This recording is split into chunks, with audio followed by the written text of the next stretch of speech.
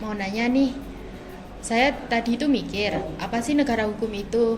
Kok hidup kita sering diatur oleh hukum? Wah, Bu Yanti, pertanyaan bagus.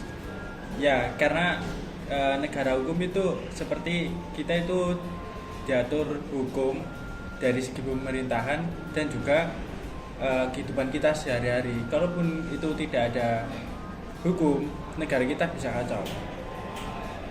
Iya sih, tapi saya sering lihat eh, orang kaya atau pejabat bisa bebas, sedangkan kita rakyat kecil salah dikit langsung dihukum. Nah, itu menantang itu. Itu membuat kita jadi berpikir kritis. Untuk kita tidak di semena-mana sama orang yang punya kekuasaan.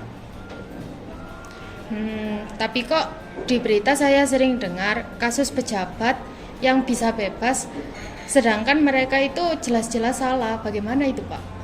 Nah, itu sangat menantang juga itu. Itu juga membuat kita harus ikut mengawasi dan juga semakin berpikir kritis. Biar apa? Kita tidak di semana-manain sama orang yang punya kekuasaan. Tabrak-tabrak masuk, ada gagasan tetap masuk, meski jauh jarak pandang, coba sedikit menganggap. Wih, lagi ngobrolin apa nih? Ngobrolin negara hukum ya? Ini kebetulan saya ini habis rapat dari acara penting. Kalau ngomongin negara hukum itu memang gampang. Soalnya kan saya banyak kenalan. Nah, itu dia Pak Pejabat. Kok kayaknya kalau Pak Pejabat punya masalah semua berjalan dengan lancar-lancar, sedangkan kami sebagai rakyat biasa ada masalah dikit udah kena tilang, udah kena denda gitu. Ya, saya kan pejabat, Bu. Pastinya banyak yang bantu lah. Kalau masalah hukum kan bisa disesuaikan. Loh, ya apa sih, Boy? Itu justru masalahnya. Kan kita kan di negara hukum, jadi semua itu harus tunduk sama hukum dan semua itu harus sama rata, adil. Gitu. Bapak ini terlalu serius. Masalah hukum ini gampang lah. Lagi pula ini saya punya pengacara yang top. Jadi semuanya itu bisa dihandle lah. Pak Hukum, ini nih yang bikin saya kadang-kadang bingung. Kenapa ya ada orang yang merasa dirinya di atas hukum?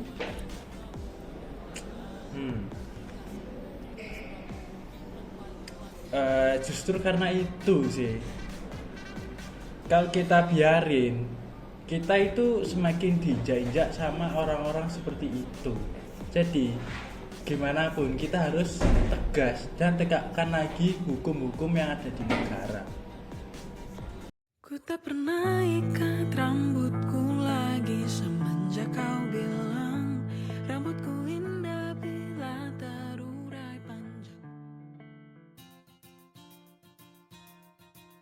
Wah, saya dengar obrolan kalian dari jauh. Negara hukum itu nggak cuma buat pejabat doang. Kalau hukum bisa diatur-atur, generasi muda kayak kami bakal rugi. Kami bener-bener pengen keadilan yang bener-bener adil. Iya benar, anak muda kayak kamu itu harus bergerak. Kalau gini terus, kita sebagai rakyat kecil bisa apa? Sama hukum aja takut.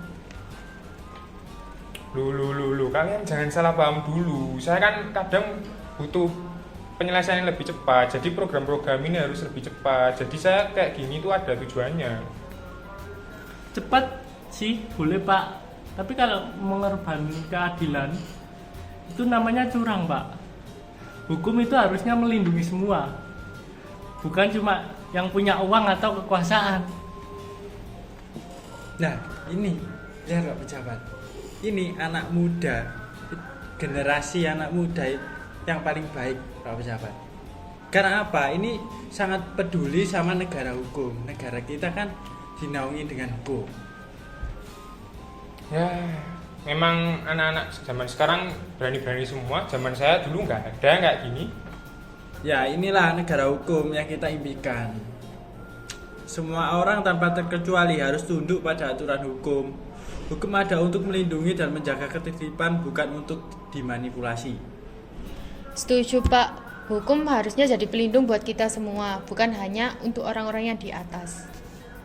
Kita generasi muda akan terus memperjuangkan keadilan yang sejati. Keadilan nggak salah pilih kasih. Ya mungkin saya harus berubah lah ya, biar ya kalau lama-lama kayak gini terus saya bakal dilawan terus sama anak muda ini. Ya itu Pak pejabat, negara hukum yang baik dimulai dari pemimpin yang adil. Kalau pejabatnya mau taat hukum, rakyat juga mau ikut untuk taat hukum.